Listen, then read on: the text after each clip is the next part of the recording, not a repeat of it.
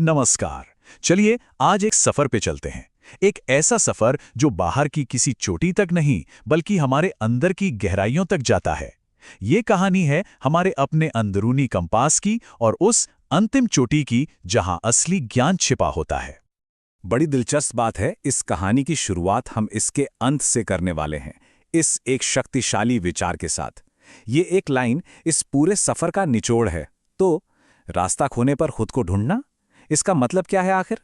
चलिए इस कहानी के जरिए इस रहस्य को सुलझाते हैं। तो मिलिए अंबर से, हमारी इस कहानी के नायक से। अंबर एक बहुत ही माहिर यात्री है और उसका एक ही सपना है, अंतिम चोटी पर चढ़ना।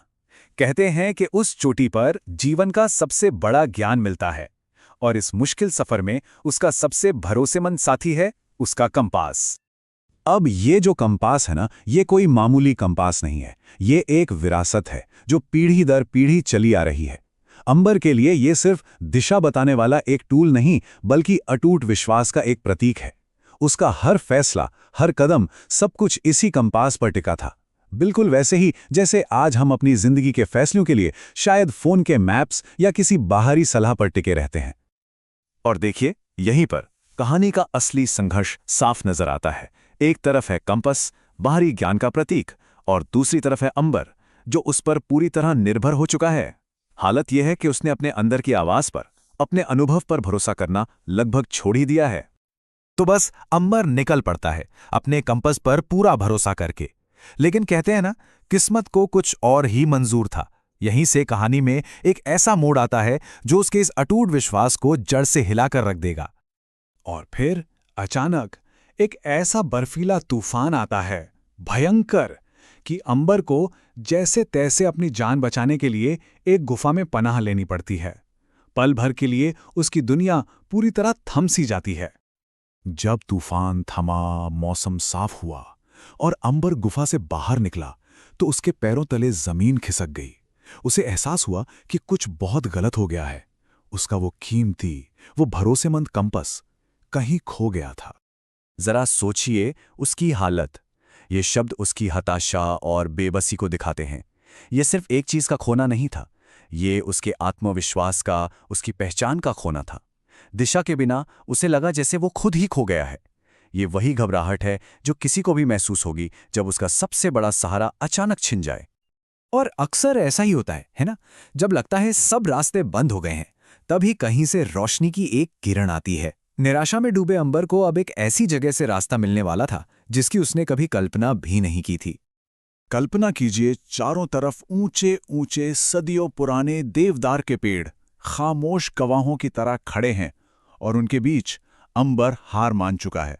उसने तय कर लिया है कि अब आगे बढ़ना नामुमकिन है। वो वापस लौटने ही वाला था। और तभी खामोशी को चीरती हुई एक आवाज आती है, सबसे पुराने देवदार के पेड़ से। ये सवाल एक फटकार जैसा था, एक आईना दिखाने जैसा था। सालों का अनुभव होने के बावजूद तुम एक मशीन पर निर्भर हो? ये थी उस पेड़ की सलाह। बस इतनी सी बात, तुम बाहर मत देखो बल्कि भीतर देखो। एक सरल लेकिन बहुत गहरी पहेली। कंपास बाहर था पर असली दिशा तो कहीं और ही थी, और इसका जवाब अंबर को खुद खोजना था। और बस यहीं से अंबर का असली सफर शुरू होता है, बाहर की चोटी का नहीं बल्कि अपने अंदर की दिशा को खोजने का। अब वो किसी बाहरी मशीन पर नहीं बल्कि अपने अंदर के ज्ञान पर ध्यान लगाने वाला था। और तब अंबर को समझ आया, अरे कंपास कभी दिशा बताता ही नहीं था। वो तो सिर्फ एक इशारा था, एक जरिया था उस अंदरूनी शक्ति को जगाने का जो हमेशा से उसके पास थी। असल शक्ति तो हमेशा से अंदर ही थी। उसने अपनी आंखें बंद की और महसूस करना शुरू किया। उसे याद आया कि कैसे ठंडी हवा हमेशा एक खास दिशा से बहती थी। उसे यह भी याद था कि सुबह सूरज की रोशनी किस एंगल पर पड़ती है। उसके पैरों को भी एक सहज अंदाजा था कि सही रास्ता कौन सा लगता है। ये सारा ज्ञान उसके अवचेतन मन में पहले से ही बंद था।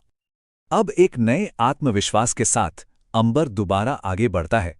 अब उसकी मंजिल सिर्फ चोटी पर पहुंचना नहीं थी बल्कि खुद पर भरोसे के इस नए एहसास के साथ जीना था। और ये एक बहुत बड़ा बदलाव था। अब वो किसी सुई के इशारे पर नहीं बल्कि अपनी अंदरूनी समझ, अपने अनुभव और अपनी सहज बुद्धि के साथ चल रहा था। हर कदम को महसूस कर रहा था, हर हवा के झोंके को सुन रहा था।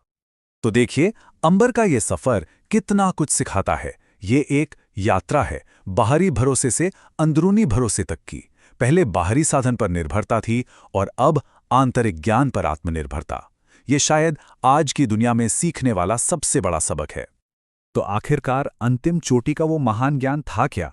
कोई जादुई मंत्र नहीं, कोई खजाना नहीं, सिर्फ एक सच, एक ही सच था कि असली मार्गदर्शन कहीं बाहर नहीं बल्कि हमारे अंदर ही होता है। चोटी पर पहुंचकर अंबर मुस्कुराया। उसे एहसास हुआ कि जिस ज्ञान की तलाश में वो इतनी दूर आया था, वो तो सफर में ही मिल गया था। असली कंपस तो हमेशा से उसके अंदर ही था। और ये कहानी हमें इसी एक सवाल पर छोड़ जाती है, हमारे जीवन में वो कंपस क्या है? क्या वो स्मार्टफोन है जो हर सवाल का जवाब दे देता है, या सोशल मीडिया से मिलने वाला वैलिडेशन, या फिर समाज की बनाई सफलता की परिभाषा? ऐसी कौन सी बाहरी चीज है जिस पर हम इतने निर्भर हो गए हैं कि अपने अंदर की आवाज को सुनना ही भूलते जा रहे हैं? सवाल यही है, आपका कंपस क्या है?